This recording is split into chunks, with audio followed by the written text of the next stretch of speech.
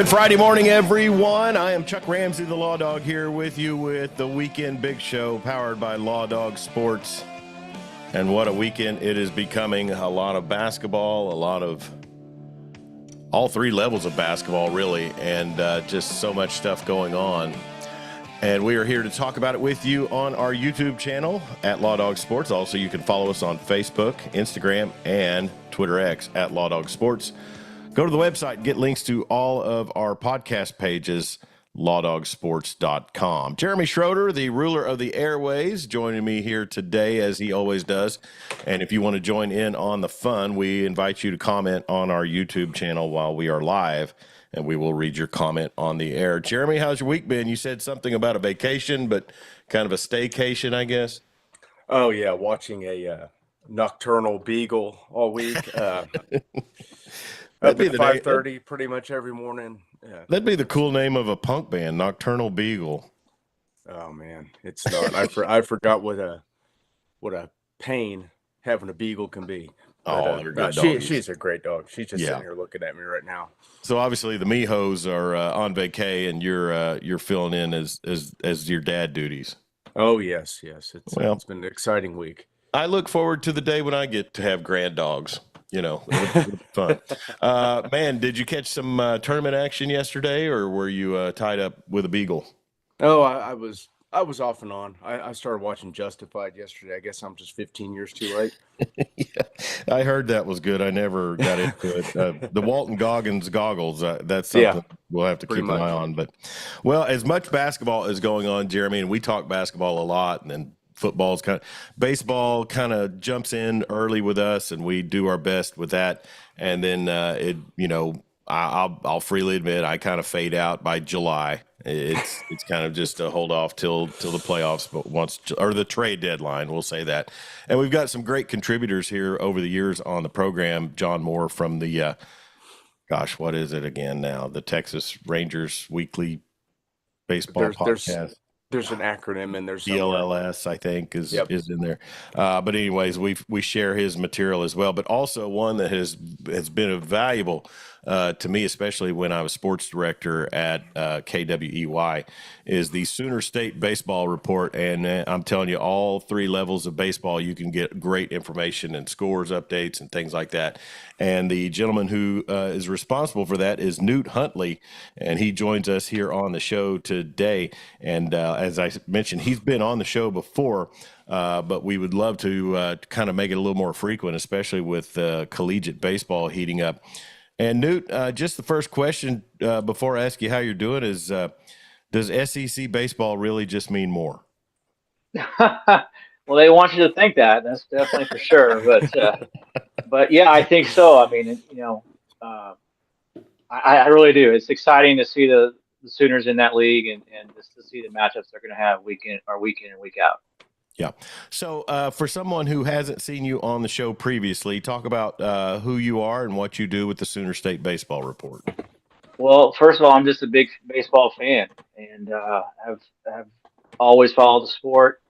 I have twin boys who, as of this last season, have played their last year of competitive baseball. They played a couple years in junior college, but just as watching them grow up, I realized that baseball in the state of Oklahoma, I've always known it. I mean, but baseball in the state of Oklahoma probably per capita is just as good as anywhere else in the country. You may have a lot more bigger players, better teams in Texas, Florida, and California, but that's the case for just about any sport just because of population. But per capita, baseball in Oklahoma is really, really good.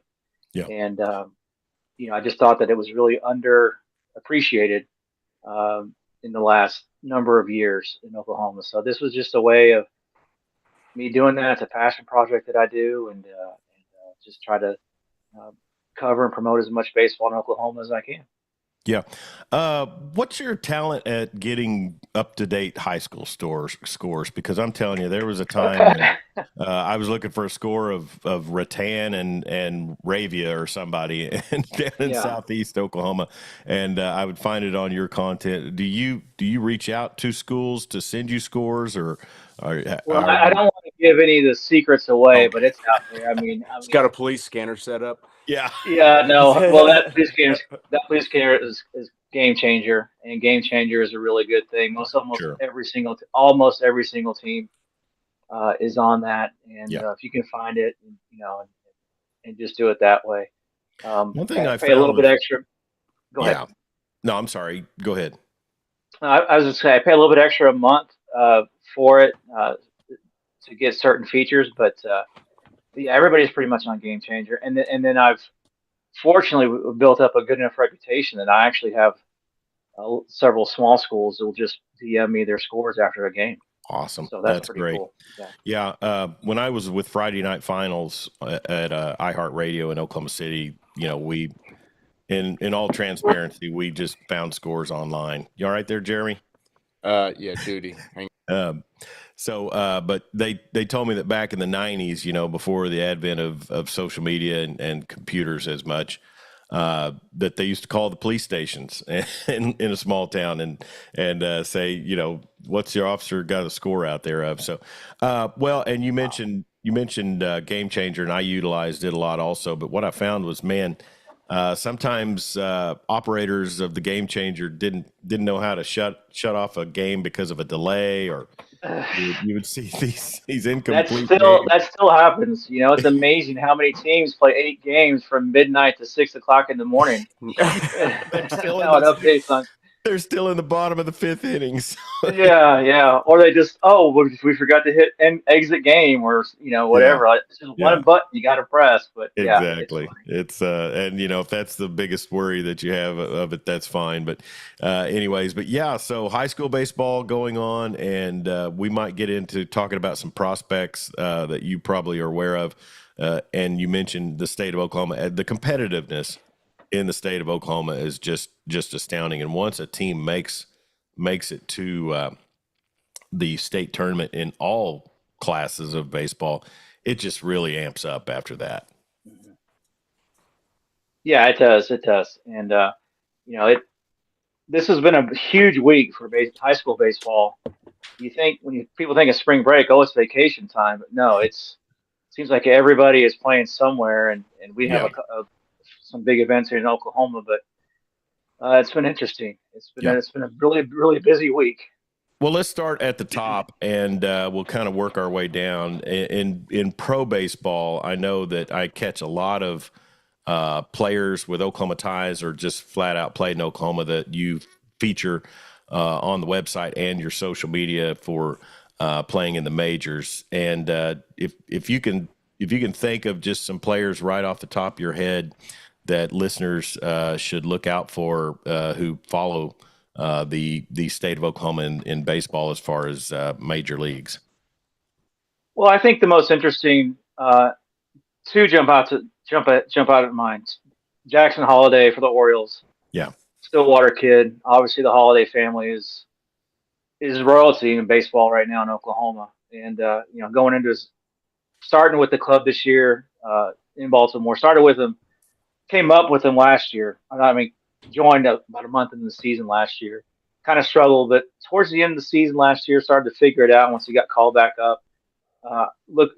Him and Hutchison, the shortstop, are really good up the middle for Orioles. But I think look for Jackson Holiday to have a really big year. And the other player, he's not in the majors yet, but the Cubs do want him to make it there this year, and that's Cade Horton from Norman High and OU. And I have a personal thing. I'm a huge Cubs fan. Yeah. So my guy. Yes. Yeah. But yeah, so I have I really watch that situation. But Cade, he got drafted in his first full year in 2023 in the minors, was a finalist for the minor league pitcher of the year. Went from A-ball all the way up to even pitched a couple games in AAA, but last year was in AA, and then kind of missed since end of May, got hurt, and he was about to come back and kind of re-aggravate it, so they shut him down for the season. So this is going to be a really interesting year for Horton. He came up, he started with he was a non-roster invitee for spring training, but never really thought that he would make the team. They sent him back down to the minor league camp last week before they went to Japan. And but Craig Counsell said that they want him to be up by the end of the year, Okay. and that means he's doing well, and that means he's progressing in his development. So those are two guys that really jump out to me. You talk about welcoming yourself to my co-host, man. Norman High grad and Cubs fan. Norman High grad and Cubs fan, man. Oh my goodness. you just covered all the bases. So Newt kind of took it on the chin in that Japan series. I'm not going. Yeah, they did, but that was tough. I think it's. I just don't have a lot of confidence in the franchise right now. It's hard to be positive, but they're not. The one thing they have going for them this year, Jeremy, is they're in the NL Central. I know, but I have to live every day watching stinking Anthony Rizzo play for the Yankees, and it just breaks my heart. That's true, and he's not. Unfortunately, Rizzo's not playing anywhere right now. No, he's not. He's not on a roster. Oh, no, he's not on a roster. He even said he doesn't want it. He wants to play, but nobody's really reached out to him. Apparently, yeah. Yeah. So yeah, that's crazy. Yeah, I know. I understand. I understand about Rizzo. Yeah. No, I'm with you. It's just saying, come home for Jeremy's sake. Well, remember Chris Bryant was an MVP in Chicago, and the guy hadn't done a lick since he's left. Well, that's a lot of that. Like, he's still really good when he's not hurt. That's the problem. He's just always hurt. That's the problem. Injured. It started creeping up that last year in Chicago, and wow. But I can. We can talk, Chuck. If you just want to leave, Jeremy and I can have a Cubs podcast. I was just saying, take off with it. All right, I'm here for it. Favorite Cubs player all time. Go. Ryan Sandberg. Oh, that's a good. Not even close. I'm dating myself here, but I grew up watching him, and I played second base. So, and then this is really dating myself here. I mean, I used to run home from school in the spring and fall to catch the last 3 innings of the Cubs game on WGN because they didn't have any lights. Same. So, grew up with Harry Carey. My first Cubs experience was Leon Durham, Bobby Denier. The 84 team. The Shauna meter. Oh my goodness. Oh, Shauna. I actually have a shirt. Great days. I actually have a shirt that says Shauna meter on there. Wow. Awesome. 78 and rising. Sean Dunston. Mm-hmm. Oh yes. Yeah. He's a good base runner, wasn't he? Cannon. He was good. He was a good base. Yeah. He could have been a pitcher if he wasn't a shortstop. Do what? He could have been a pitcher if he wasn't playing shortstop. Yeah. You mentioned the WGN days. My introduction to Ryan Sandberg was in 88 and 89 when I was in college and actually had access to cable. So you got to see him, the Hawk, Mark Grace, young Mark Grace. Mark Grace. Love Mark Grace. Yeah. Most hits in the 90s of anybody. Mark Grace. I saw a picture the other day of Kerry Wood and Mark Pryor together at a game. Well, could have been those two guys. Yeah, Pryor is the pitching coach for the Dodgers, and that's what Kerry Wood does still done a lot of stuff with the Cubs, and so they were over in Japan. So, any other Oklahoma players that you think? I mean, just kind of on the horizon. I know Kate Horton's one that we'll keep up for, but I kind of consider Bobby Witt Jr. an Oklahoma player. I've seriously thought about including him, like in the off season when I do the Oklahomans in the Pros series. I've seriously thought about putting him in there. But you're a commit to OU and then go pro. Hey, Daddy played at OU. You're an OU guy. Some of the kids that got drafted from Oklahoma last year, and one in particular, I'm kind of interested. Two in particular, and because I'm in Western Oklahoma and followed portions of their career, Cash Mayfield. The draft pick, and then also Caden Powell, who was drafted by the Astros out of junior college. And, man, he just put up some audacious numbers. But those will be some names I try to keep up with this year as well and probably need to get caught up with now in spring training.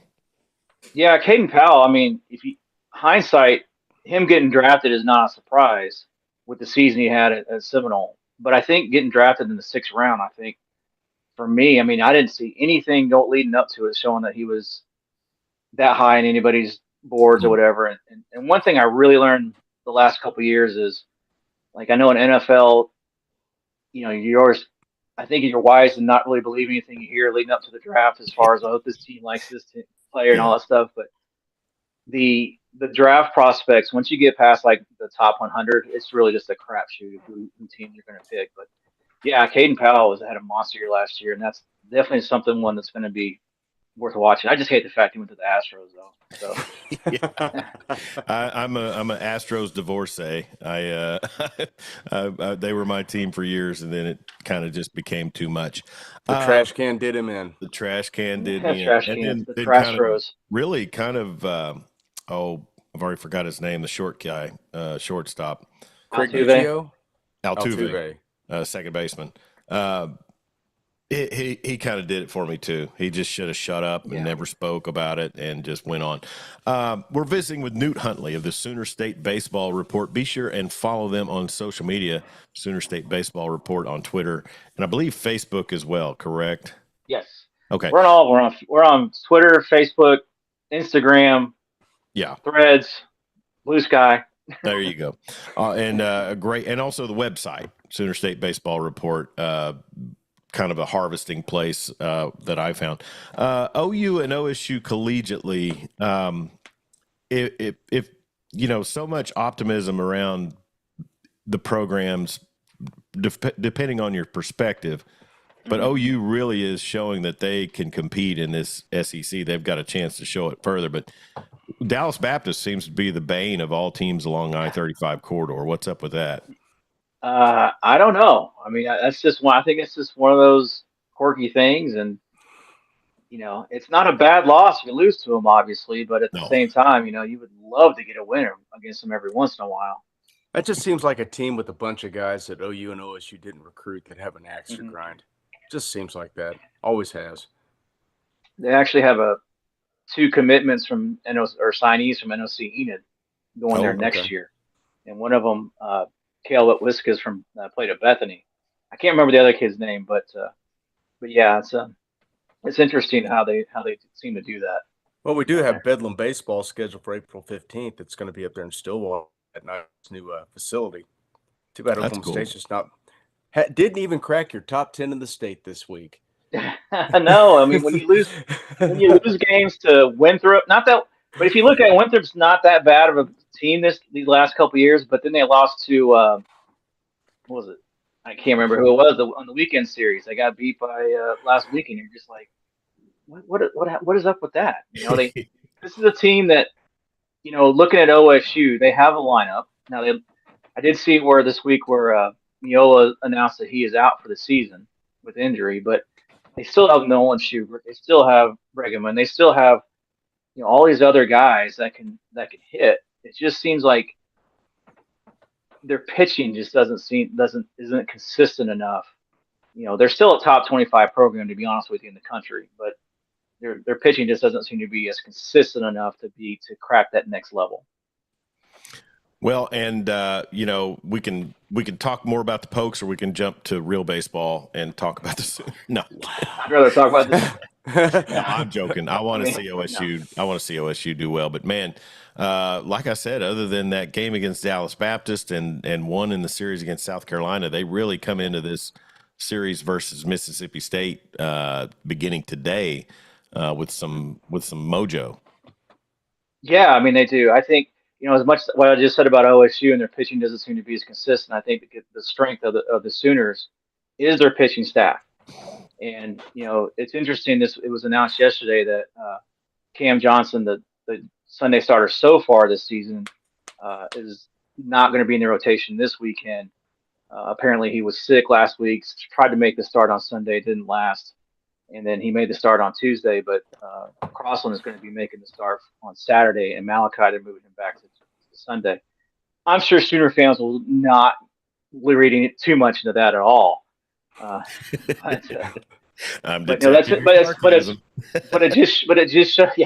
it just shows that how deep they are as a staff and what Skip's got going on over there. I mean, and honestly, if you look at Skip's history and who he works with and still works with once they get to the professional level, if you're a top level pitcher and you want to go to college, why wouldn't you want to go to OU if you're offered there?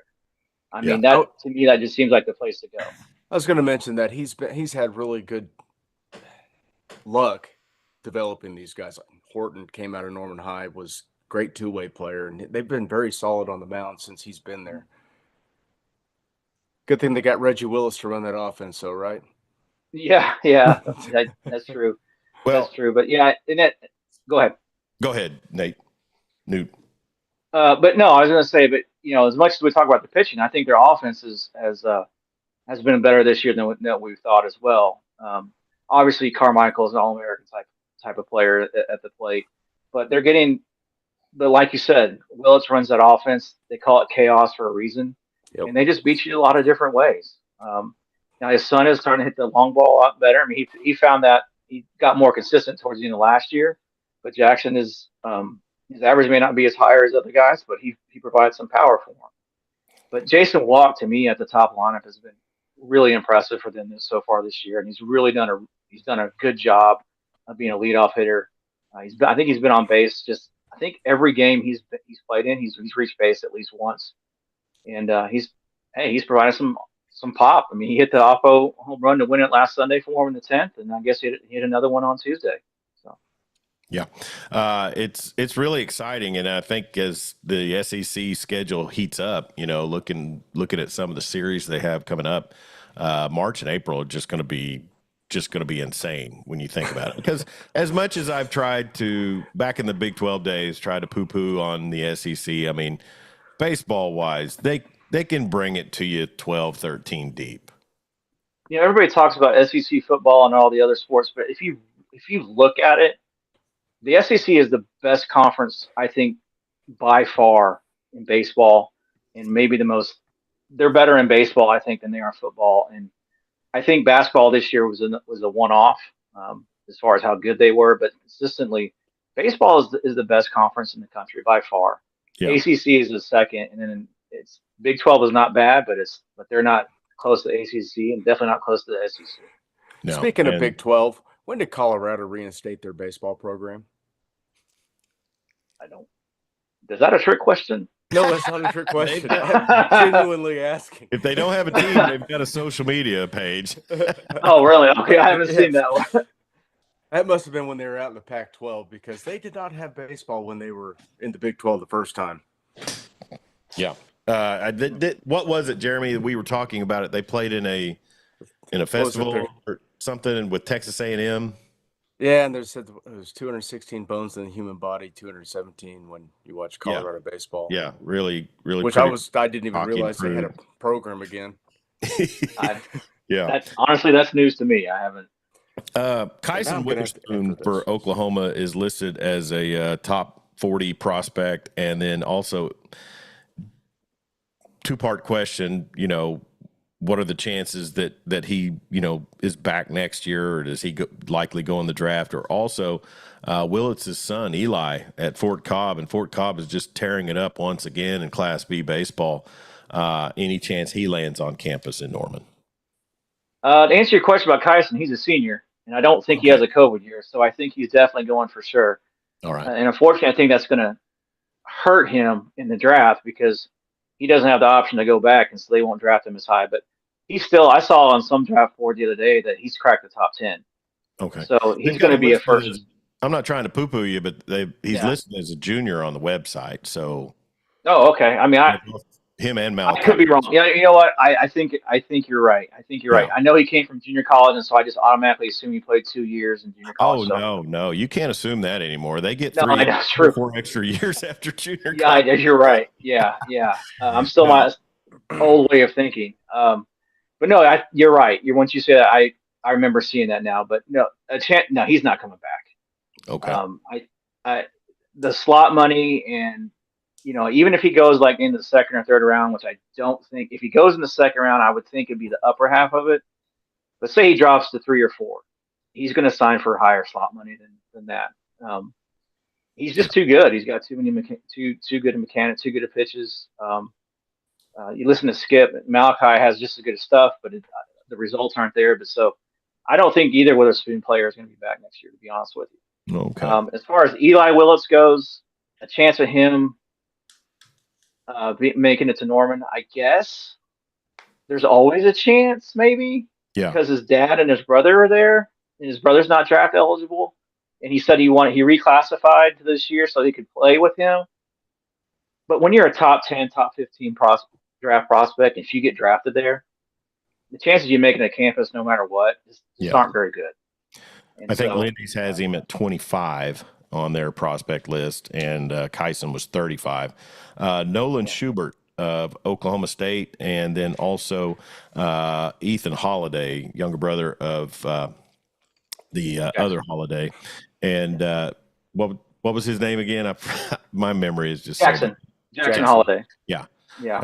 I had Josh and Matt and Tom all in. There's so many Holidays out there. Yeah. The Holiday, and so OSU. I mean, if they do have, you know, I mean, they've got Ethan Holiday listed as the number 4 prospect that I'm looking at. Is he likely just straight to the draft, or is there a chance that the Pokes have him on campus?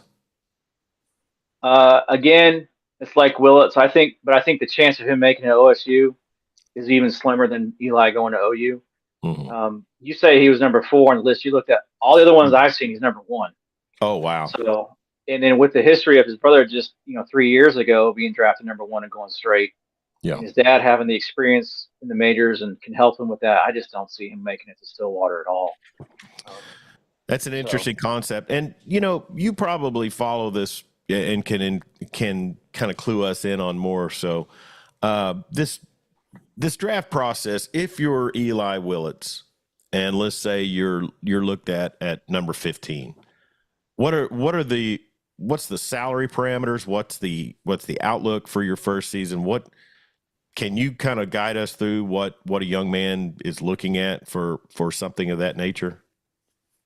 I mean, so say I'm Eli Willits or Jackson Holiday, or not Ethan Holiday, or Gene Jackson a few years ago.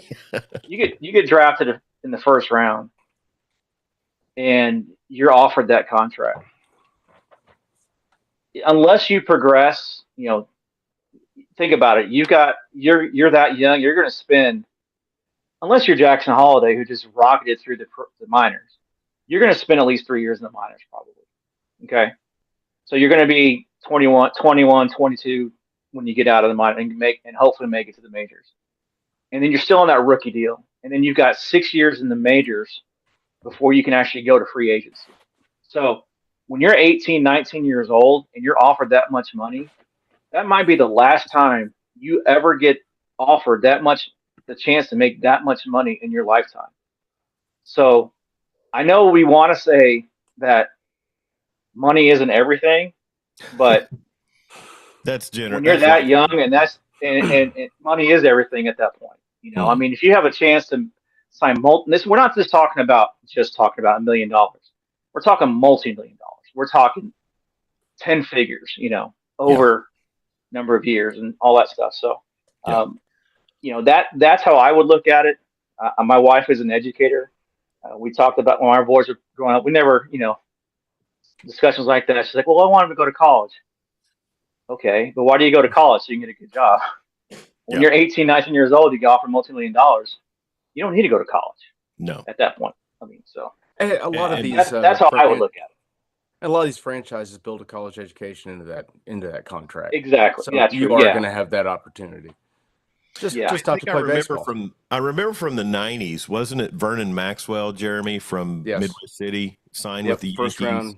First round Yankees. He was a commit to Tennessee. Yes. Because it was right before Stoops took over. And they had it in. I remember reading that the first time in my life that they had it written into his contract that his college education would be paid for. I think Whedon's was also, probably, if I'm not mistaken. Yeah. Well, it's an interesting concept, and we'll definitely be looking forward to not only this high school season, but the collegiate season, and then obviously the major league draft. And, it's an amazing concept that when a kid has a skill set and a pro franchise wants to develop that, they actually bring them in on a contract and not expect them to go play for a college in a third party system. But, with football is so much, more about the player. Sure. Yeah. I'm sorry. That's a rant I get on a lot, and Jeremy's lived it for 5 years. So anyways, Newt, real quick, as we look to let you get out of here. What do you got on tap for not only, I mean, this is a basketball weekend, but like you said, there's a ton of baseball going on. I know Weatherford High School, which I cover or used to cover, is at the Tuttle Festival. That's always a big one. And then several others around the state. Are you focused more this week on high school, or are you going to really tune in on the college series? Let me just answer that. Yes. No, but congratulations. Your Weatherford team got a win yesterday in Tuttle over Ulaga. Yeah. They've got 2 games today. I can't remember who they're playing exactly today. I want to say Chickasha is one of them. Boy, they sure got rocked by Chickasha in the playoffs last year. Yeah. Well, yeah. I mean, Chickasha is really kind of there's been a program that's kind of like on the teeter, but now they got Kevin James there as a coach, and he's kind of taking it to the next level there in 4A. Yeah. But to answer your question about this weekend, I'm glad you asked. I mean, Tuttle's still going on today and tomorrow. The Edmond Spring Break Festival in high school has a bunch of games. I think they got 19 games. It's not just all Edmond now. They call it the Edmond Spring Break Festival, but there's games here in Norman. There's games, I mean, all over the metro, all the 3 Edmond high schools, Deer Creek. But the one I'm interested in, other than the OU Mississippi State, this OU's first SEC home series, is USAO and MACU. There's a 3-game series that starts tonight in Chickasha. MACU's traveling down to USAO. They are the top 2 teams right now in the Student Athletic Conference, the NAIA. MACU is ranked number 18 in the country. USAO has been really consistent. They've been a top 25 team for several years now. They're receiving votes. USAO is playing really good baseball lately, and MACU is 10 and 2 in the league. And USAO is 9-3. Big series down there in Chickasha. MACU is trying to get where USAO has been the last several years. Now MACU dominated the league last year. Finally got to the NAIA national tournament, and was actually technically a regional number 1 seed, but their facility didn't allow them to host. Oh wow! So yeah, but I think they've corrected that. They've got lights now. They put lights up there this year in Oklahoma City for MACU. So if that happens again, they may be able to host. But that's a big series down there. And 1 game tonight. I'll be going down there to check that out, and then games 2 and 3 tomorrow, and I'll probably be going back over there to check those out too. So NAIA baseball, if you get a chance to go watch it, especially USAO, MACU, Southwestern Christian, Oklahoma City University, go check it out. It's really good baseball, really fun, and really competitive, and really they're really passionate about what they do. Yeah. And, you know, I can attest to that because of my time at OCU, and got to know the late, great Denny Craybaugh back in the day, and then also Keith Lytle, who took over the program for Denny. And Keith Lytle is pretty much heralded as, if not the top, one of the top batting instructors in the state. I mean, he really gets a lot of attention as far as what he can teach players, and OCU is always competitive. SWASU, you know, they've got a series coming up in Arkansas. J.R. Head, the coach out there coach out here, I'm sorry, I'm not in the metro. He's doing a pretty solid job here in his first couple of seasons. First season. Yeah, he is. I mean, it is. I mean, I'm not poo-pooing on the Western Oklahoma, but I got to imagine it's not that easy to recruit to Weatherford or to Alva. I'll be honest with you, my boys took a trip to Alva to look at their program when they were in high school, and they really liked the program, they really liked the school, but they just kept coming back to, man, it's Alva. Yeah. You know, but you know, Weatherford, Ryan Bowen's really.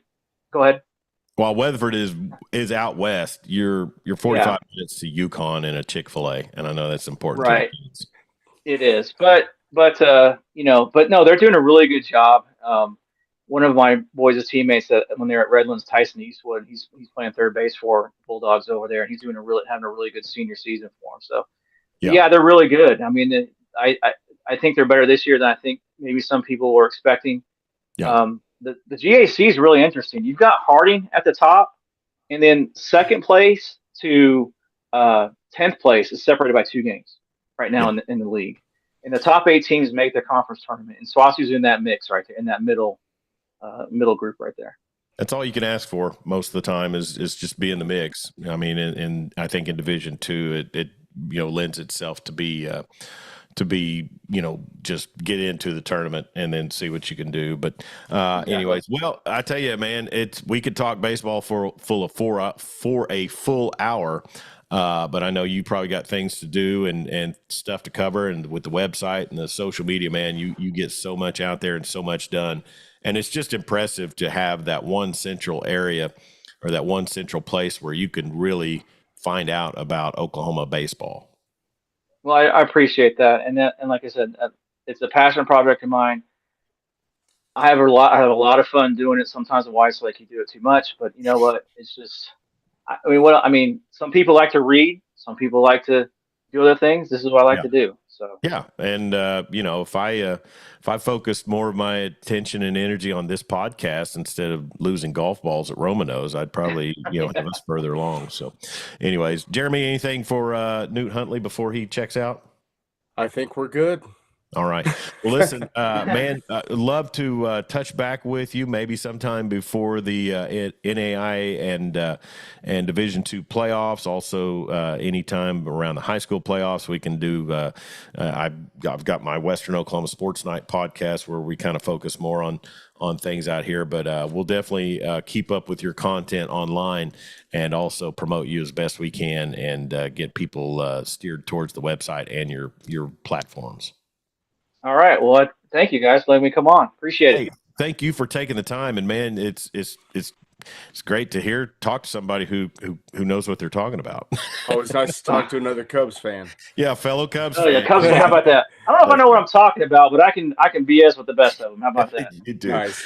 Anyways, he's Newt Huntley from the Sooner State Baseball Report. Check them out on social media, Sooner State Baseball Report. I prefer the Twitter, but he is on all of these social media platforms, and you can get all the up-to-date information about what's going on in baseball in the state of Oklahoma there, Sooner State Baseball Report .com as well. So, Newt Huntley, thanks for joining us, buddy. Have a great one. Appreciate it. Thanks, Chuck. Thanks, Jeremy. Thank you, buddy. Newt Huntley, and man, Jeremy, what an impressive visit there. I mean, we got some draft previews, we got some player prospect previews. I mean, we might maybe before the beginning of opening day get Newt and John Moore on at the same time and just have them sit back and watch it. Yeah. Yeah. So, anyways, but I tell you, baseball is in the wings, and I'm ready for it. I'm going to probably deep dive into my MLB reviews this week, and really, I've said that for a month now. But basketball is over for me. And how about those state champion Weatherford Eagles, baby? How about that, man? That is awesome. Congratulations to you. Thanks, man. Congratulations to them kids. Awesome. As the voice of Weatherford athletics, I tell you, I've lived and died with those young men and the young women as well. And to have made the state finals in Class 4A the past 2 years and fallen, I mean, you look at it in its perspective, but man, in the moment, you just think we got to win this. We can't drop another one. And they finished it. And what an amazing final 8 seconds in that game is OU Sooner football commit CJ Nixon hits a 16, 17-foot jumper from the free throw line to seal the win or go ahead. And it was just a beautiful shot. And I've yet to see a kid. There's a lot of kids who can really finish around the bucket, Jeremy, but the touch that CJ has in the mid range and then also down low, if he was 6'9", he probably would be going to a blue blood in collegiate basketball. I'll just say that. Yeah, well, he's not. So I'm glad he's coming to OU to play football. Thanks for that. For him not being 6'9", he can come to OU and sure set the edge or catch some passes in the seam. Maybe he'll be a tight end. Who knows? I would love to see him also. Because edge rusher. I mean, that seems to be where BV is really focusing a lot of attention. Him and Chavis really bring in. I mean, the competition level at edge, and I'm not saying CJ can't do it, but I'm telling you, his skill set as a tight end or a hybrid could definitely be utilized, and then also. Who knows? Porter Moser might see if he wants to come in late in the season and play a little hoops action. You never know. But You're assuming Porter Moser's going to be the head coach that's next season. Very true, and many reasons could be for that. But anyways, we'll get to collegiate basketball here in just a minute. But just congratulations to head coach Derek Bull, his assistants Kyle Mickley and Jet Snowden, and also Adrian Lay, and just an amazing run they've had for 4 seasons, Jeremy. That's the thing about it. And we live in such a world where rings and championships are just the do-all, end-all. When a team makes a run like that, and trust me, I look back and I think, gosh, that team could have three-peated in some form or fashion. Yep. But you look back and you just enjoy the ride and you think, okay, they were great. And it's the same way with with the Buffalo Bills. They lost 4 in a row, but I mean, they dominated the AFC and got to 4 straight Super Bowls. That's pretty unheralded. So you have to, I think perspective comes a long way, and you're always disappointed to lose, but still, especially in high school sports, just to get to a championship game, there's so many programs, so many players that just never even come close, and to get there and finish the job was pretty amazing. Yeah, especially after losing 2, just to have the tenacity to get back for a third and to win, it probably makes it just so much sweeter just to get that one after dropping the first 2 like they did. I could sense a pretty large sense of release, not necessary relief, but release as the boys, Ethan Sage, Tate Sage, both of them committed to play at the next level. Walker Kennedy came in as a transfer from Piedmont for his senior year, and then Jackson Smith, the other starter. Just the fortitude. That game's tight at the end. They've been in 2 tight games in a row. Yeah, just to not roll over, just to have the clutch gene, I guess, to the chutzpah out, which is the chutzpah, the moxie, if you will, to close it out. And well, and I think of it in this term, Jeremy, those 3 players were freshmen in the 2022 season. There were 2 senior guards and 1 sophomore forward. Nate Rehrman was on that team. They're in the semifinals against Victory Christian. They trailed. They're coming off a major night by their point guard, Cade Jennings, who hit like 8 3-pointers against Heritage Hall the night before. He goes out the next night in the semifinals, can't hit the side of a barn, but still they're in it. And CJ takes a right elbow jumper, I think to tie it, if I remember right, and misses. And then, you have to foul and all that stuff. Mm-hmm. So scores can look askew. Then the next season, they're in the finals against Douglas, and they come back from an 18-point deficit. They have a 3-pointer that can win the game, or they give them the lead late, and Jackson Smith misses that one. And he was wide open. They were focusing on every other player but him. You can't pass up that shot. It just didn't go in. Then the next season, CJ has a chance to win it and keep from going to overtime after Douglas came back from 16 down and got fouled pretty bad. But refs swallow their whistles.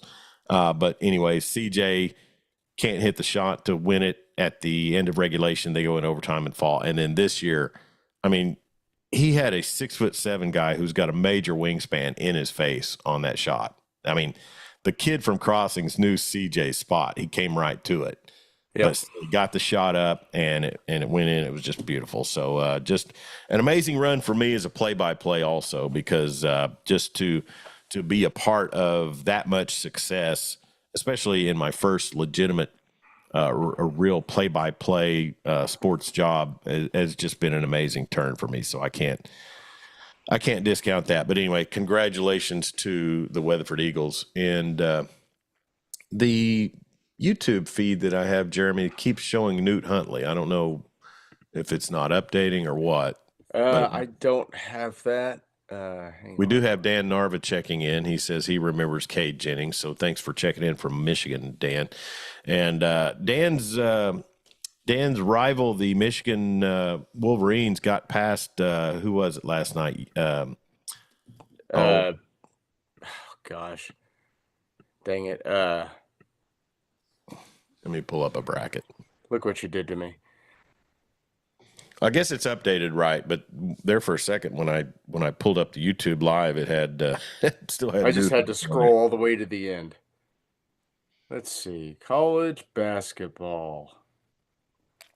Who did they play? Man, what? Yeah, let me go to UC San Diego. Yeah, San Diego. And so now there's San Diego State and there's UC San Diego. Isn't there also a San Diego University?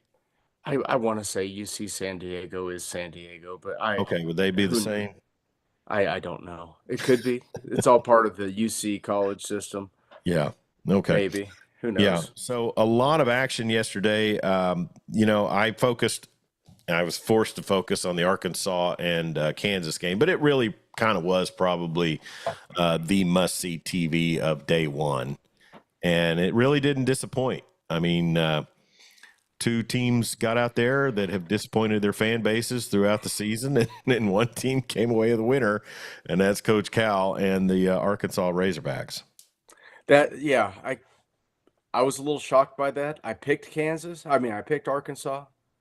I just had a feeling that Kansas isn't very good this year. Yeah. And I think we've overstated how good the SEC is. Georgia got housed by Gonzaga. Oh, yeah. In that 8-9 game. Man, and Louisville was ranked most of the season. They got taken care of by Creighton. There's nothing. My bracket is I'm done. Yeah. It's done. And then the late game, or one of the late games, Mizzou gets beat by Drake. And Bruce McCollum, the coach at the Bulldogs, who's recruited Tate Sage, one of my Weatherford Eagles. Tate will be playing in Des Moines next season. Jesus, Chuck, give me a break. Sorry, Connor. Why is Jeremy looking like a cherub with no beard? Yeah, what's up with the? I shaved too, but that's been a couple days ago. Yeah, it's starting to warm up. Upkeep is getting a little irritating, and the allergies get trapped in the beard. Mm-hmm. It's better now. So the SEC has A&M get past Yale. And then also it was Tennessee over Wofford, 77-62. But like I said, Georgia, Missouri, and then Auburn rolled, obviously. Georgia, Missouri kind of dropped the ball for the SEC as well as Texas on the play-in game. So out of 14 teams, that, by my math, narrows it down to 11 now. And day two action is upon us in about 2 hours. So it could be a bloodletting as far as all of the hype and promo that the SEC had. Now, Arkansas, luckily for them, they did get past Kansas, but I just don't see a whole lot other than, OU could drop to Connecticut today. Oh, they will. Yeah. UConn's won 12 straight NCAA tournament games. Yeah. That's really wheelhouse. And they've won 2 straight titles. NCAA tournaments. Yep. They're supposed to win. They know they're supposed to win. They're going to win. Are there still, as far as the UConn basketball program goes, I factor them as a blue blood. And they're new money. They've won so many titles over the last 30 years, Jeremy. Yeah. Over the last 25. 25. They're a burgeoning blue blood. I had a friend this morning tell me that Villanova's a blue blood, and I about fell out of my chair. Okay, so blue bloods: Kentucky, Kansas, North Carolina, Duke, UCLA. UCLA. Michigan State. Yeah, that's who I've got winning this year, Dano. So sorry, Michigan State's probably going to lose today. I would venture that. And as I mentioned, we're talking titles.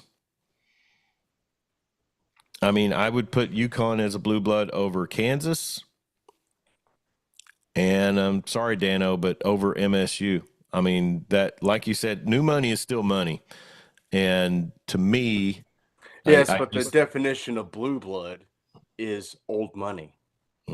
Yeah. I don't know. I mean, that's where it gets lost in this. Blue blood, yeah, okay. They've a great program. They've won a ton of time. How many natties have they won? I'm on their Wikipedia page right now. UConn? Yeah. Hang on. 99.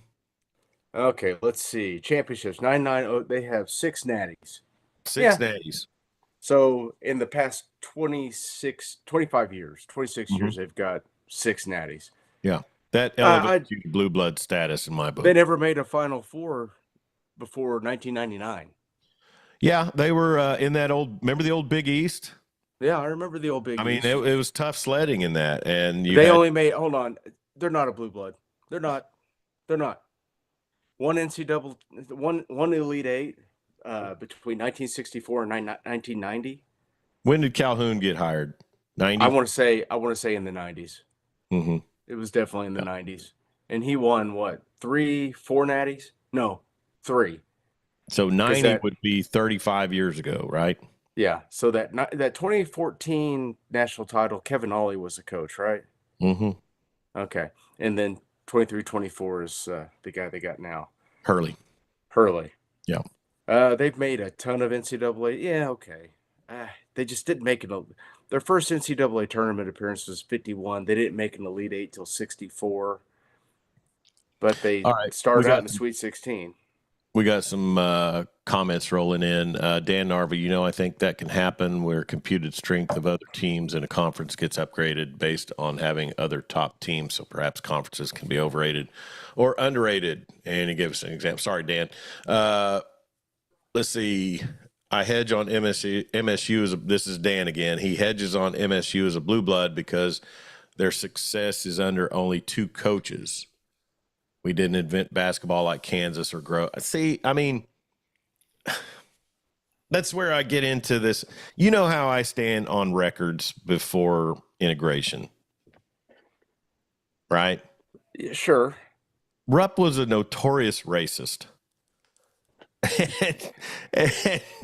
and they won a bunch of titles under him when they weren't playing the best competition.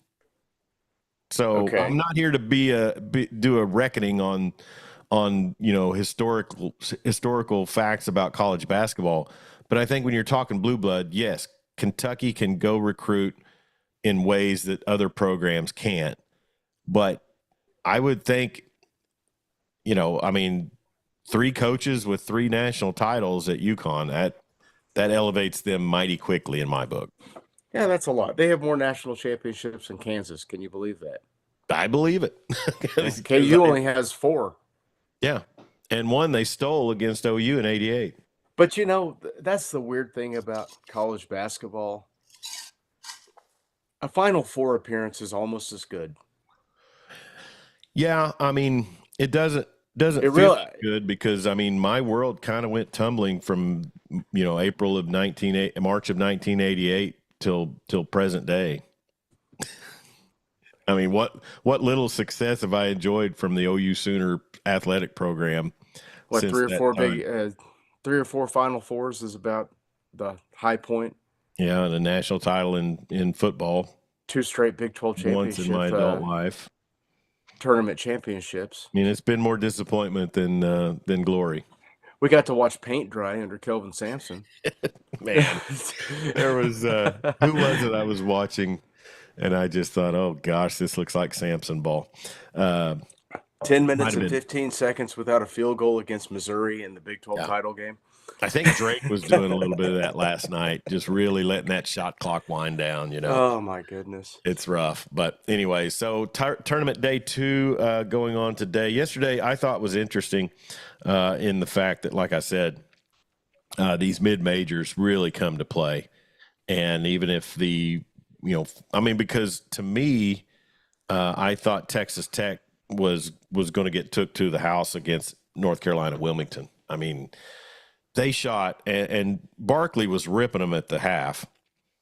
But here's the stats, Jeremy, for Texas Tech. Actually, let me go back to the team stats. They shot 46 threes. Ooh, They made 13. that is disgusting. That is just awful. Now, they hit it at a 28% clip. Wilmington was 7 of 26. So they just a little bit more than half of the made threes and a shorter percentage. But I mean, and I saw it, I saw it from teams in the high school tournaments. I mean, the three ball and the fast release. I mean, I just thought there were points of that game and kind of said the same thing with Arkansas against Kansas. If you would utilize your athleticism and, dribble drive to the bucket, make something happen, I don't know. It just seemed like it's jack up a three the minute you've got an opening. The only thing that kept them that Texas Tech had in that game was second chance points. They didn't shoot free throws well. They gave up 11 offensive rebounds. They got out rebounded, but they had 14 offensive rebounds. Man, let's see. Points in the paint was even. Total turnovers 13-7. So they had 16 points off turnovers. And there's your margin. Wilmington had a big man, and I won't try to attempt to say his name, but conditioning. I will. Let me find it. Conditioning might not have been his forte. You mean Obioha? Obioha, that was it. Obioha. He was a big kid, and he was giving them fits down low. But Toppin and the Williams kid, they're solid. And man, when you have those spurts where the three's not falling, get it down and get low. And so many times, and I'm the number one complainer, Jeremy, when you look at free throw discrepancy. So many times it's a team that was settling for long shots instead of forcing the issue that shoots way less for the mid-range jumpers. Thank you. Thank you. We are Law Dog Sports. This is the Weekend Big Show. He's Jeremy Schroeder. and we've got a recurring theme here on this show. All right, Grandpa, let's get you to bed. Yeah, thank you. Defense wins championships, you little whippersnappers. Anyways, let's talk about your Thunder. And I made a note that said they're just kind of coasting, but really that's all they need to do. Their second unit is a play-in team. They really are. I mean, it's crazy how well, and I know I beat this to death on these airwaves. The just the insanity of the Paul George deal. And then the roster deconstruction that led to this roster construction where Presti changed the way he did everything. Yeah. You remember? It's like, hey, that guy is 6'6", 6'7", and has a 50-inch vertical. We'll teach him how to shoot. And all those guys are playing in China or Europe right now. Like Hamidou Diallo, I just found out he's playing in China. Yeah. But, he went after guys that were more finished products, more well-rounded basketball players in the draft. That's why you got Jalen Williams from UC Santa Barbara.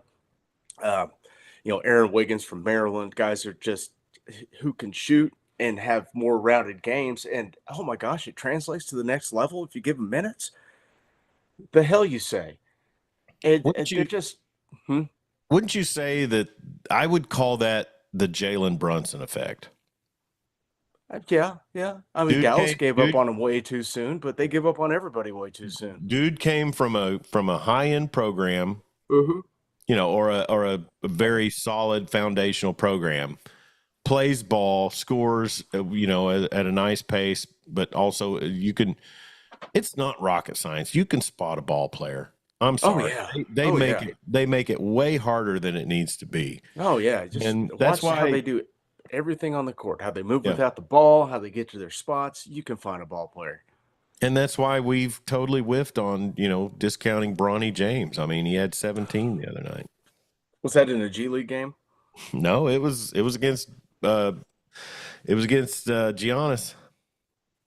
Because he crossed over Giannis and scored, and then he's already passed. I mean, this is how bad the LeBron camp is straining to make this make sense. He passed Ben Simmons' 3-point scoring or something of that nature. So, that's like me, So he's got 2. There you go.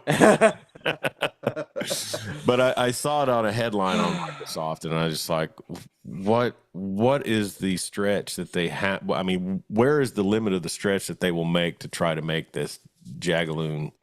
And with Dallas's loss last night, Oklahoma City has clinched the 1 seed. Yeah. Through 69 games. So yeah, you're coasting the rest of the season. Get guys healthy. Mm-hmm. It's now, crazy. what's up with the league and this, dinging people, for sitting or load management or however they want to call it? I guess it just kind of depends on which franchise it is.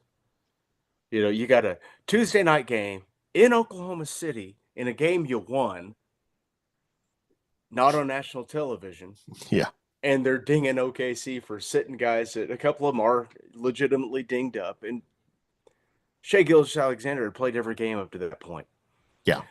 But LeBron, who's taken his 1 to 2 week sabbatical at the same time every year, is at his son's state championship basketball game, running up and down the sideline, jumping around on that groin injury. Yeah, on that groin injury. But yeah, it's cool. It's LeBron. Yeah. He's excited because his kid's playing. Yeah. It's a joke. Yeah. And that's the thing. I mean, and I've been the bearer of bad news, or I've tried, I've been a little ominous in my speaking, but I mean, I think I've been around following the NBA enough to realize they don't really mask what they plan on doing with teams and things. And I know it's conspiracy theorist type stuff, but I mean, it is the one league, I still claim this, that has had an official, get dinged for point shaving. NBE. National Basketball Entertainment. And I put out something to the effect that it's, it's just entirely scripted. I just hate the fact that, it's going to be, I mean, the Thunder have a lot to overcome, even at the 1 seed. Right? Yeah. I mean, the playoffs in the Western Conference are a grind, and it's tough. But, I mean, the fact that Denver got past and won a title is stunning to me. I mean, and I think we can agree that Oklahoma City and Cleveland are head and shoulders above 2 best teams in the NBA, right? Yeah. Boston close 3rd. But obviously in the West, OKC's ran away with it. They got a 12.5 game lead as we sit right now with 13 to play. Like I said, already clinched the conference. Cleveland's really good. Mm-hmm. Does the league want to see a Cleveland Oklahoma City? They do not. Championship series? No. They want LA, New York. They want LA, Chicago. They want some combination of LA and Miami. East Coast, big team, big city. That's what they want. They want the media markets, obviously, because Oklahoma City gets a handful of nationally televised games this year after winning the 1 seed last year, making a decent run through the playoffs, falling to Luka, having a great series. More like PJ Washington. I was going to say PJ Washington. 78% from the corner all game. And Lively. That was the bane of the Thunder. Gary Payton Jr. or one of those guys. Paddleford. What's the kid's name? Paddleford or Patter? Huh? Dallas player. Big kid. JJ Barea? No. God, I hate you. Connor Carr. Chuck is going to be reading all the new JFK files with all this conspiracy. Always. And, yeah. We know who killed JFK. It's fine. It was it's Jack not fine, Ruby. but Dan Narva's single elimination is a wild card. It is really hard to never lose and very slim margin of error. So I kind of agree on Final Four being a good measure of success. Yeah, I can get down with that because you hang a banner for a Final Four, you deserve it. And you've come out of a single elimination region. It is really good. Yeah, because I actually took up for Kansas the other day on a post, and I can't remember what it was, and it hurts so bad to do it. But it was somebody talking about a difficult championship run, and I think Kansas that season, they had to go through a lot of really good talent. to get to OU, and then to beat OU after losing to them twice. And that OU team was saying a lot. So it hurt to give any credit to Larry Brown or Danny Manning, but I had to. So yeah, the Thunder going forward, it's just kind of wait and see. And then, who would their first round matchup likely be, and who would you prefer to see? At this point, well, where are my I had my standings pulled up. What did I do with them? I got them on one of these devices. So right now, it's looking Clippers, Minnesota, Sacramento, Phoenix. I don't want any part of Minnesota. They always struggle against Minnesota, no matter who puts those uniforms on. Doesn't matter who. The matchup against Phoenix is good. The matchup against Sacramento is good. The matchup against Clippers is good. Anybody but Minnesota. Yeah. Dallas is tied for that 10 seed, but they've got like 4 healthy dudes, and I haven't heard of any of them, so I don't think they're going to be in there. When's the last time you saw Western Conference teams under 500 in playoff contention? That's true. I mean, do you realize the Washington Wizards have won 15 games this year and are still not eliminated from the playoffs in the East? So the play-in, I don't know. Suns would be a nice matchup, wouldn't they? I mean, that'd be like a entertaining matchup. You'd get to see KD in Oklahoma City in a playoff series, with a chance to get boat raced. Who would have thought that Minnesota the Venom would be spectacular? Yeah. Who would have thought Minnesota could feasibly be eliminated just 2-3 weeks ago?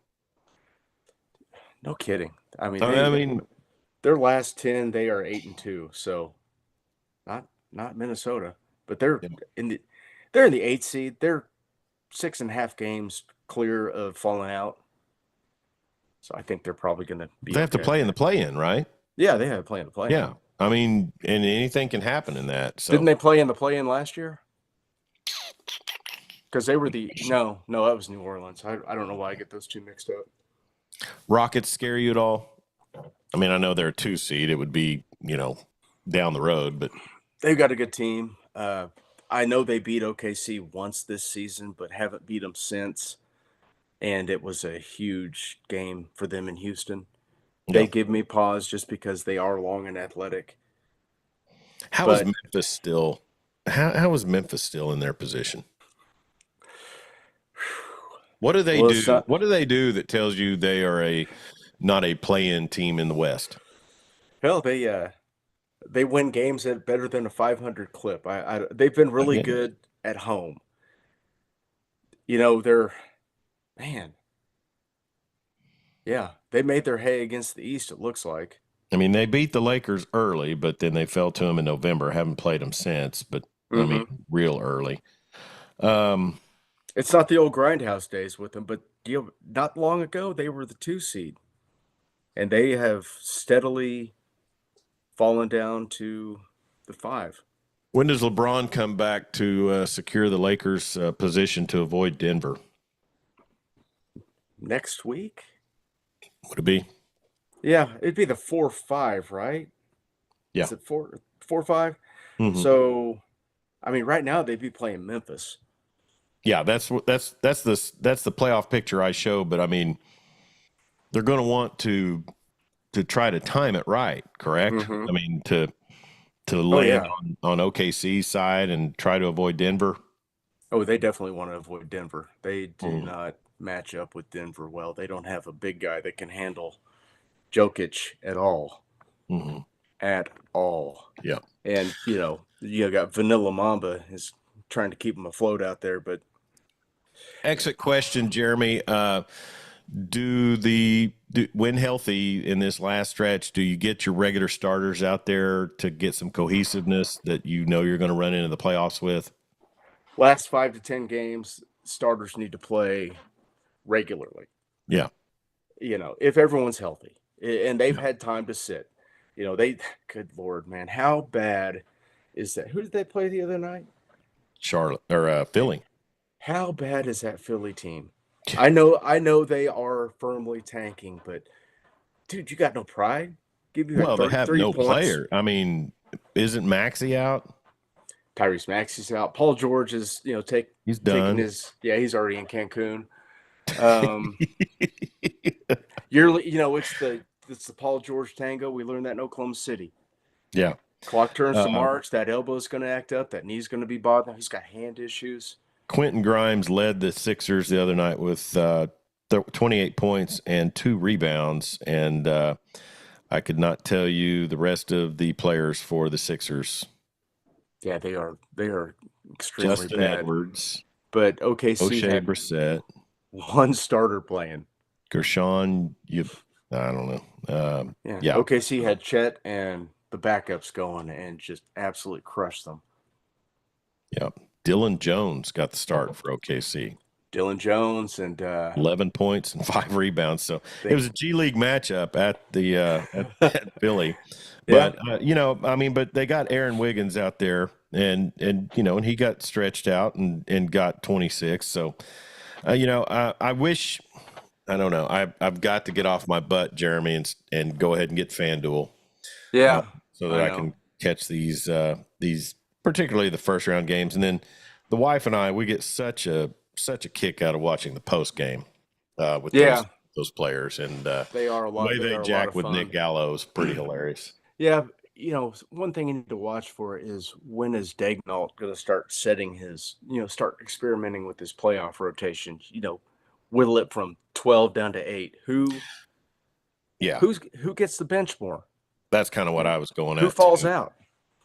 Well, and I said exit question earlier, but this truly is an exit question. What do you feel as their defense going forward? Have they kind of slumped off a little bit much for your tastes in some games, or is it just kind of still coasting? Or because they're going to have to crank up the defense and get those transition buckets. That's how you overrule the script. Sure. They're giving up fewer points than anybody in the NBA. Yeah. And we're talking about a defensive slump. But a lot of that's from early in the season too. They've not been stellar defensively late. Yeah, and I expect them to lock it down a little better in the postseason because every possession just means that much more. But it's easy to go into a defensive slump when you're scoring at 120 point a night clip. Sure. But I think this team and what I'm going to want to see in the playoffs, and it'll be interesting also to see if the league and all of their talking heads that they pay kind of go against this. But, everybody said, the playoffs, it slows down and the whistles are fewer and far between. Well, you think about Oklahoma City's fast-paced scoring is predicated by what? Rebounding and getting out and running. Defense, turnovers, like that, So will they swallow the whistles when it comes time for Oklahoma City to be starting a fast break off of a turnover? Let's hope so, because anytime Hartenstein breathes on somebody, it seems like a whistle blows. So let the big German hit some folks. Mm-hmm. Get their bodies flying around a little bit in there. Let's go early 90s NBA just for a couple of series. See what happens. For sure. All right. NBA is winding down, and we will be sure to keep you up to speed with how Jeremy's taking it throughout the last part of the regular I'm very realistic about it. I've got buddies like Cash Johnson who say this is going to be the year, and he's already planning on the parade route. So I'm not quite there yet. Well, they are extremely good, and this is the second year of being the number 1 seed in the West going into the playoffs, and this time by a large margin. So last year, that 1 seed just felt like it was kind of by default. It was default. I felt that way too. But this season, they've established themselves, and SGA, it's almost like winning the Heisman before the playoffs. You kind of hope he doesn't win the MVP, Yeah, he's going to. Yeah. But I'm like you.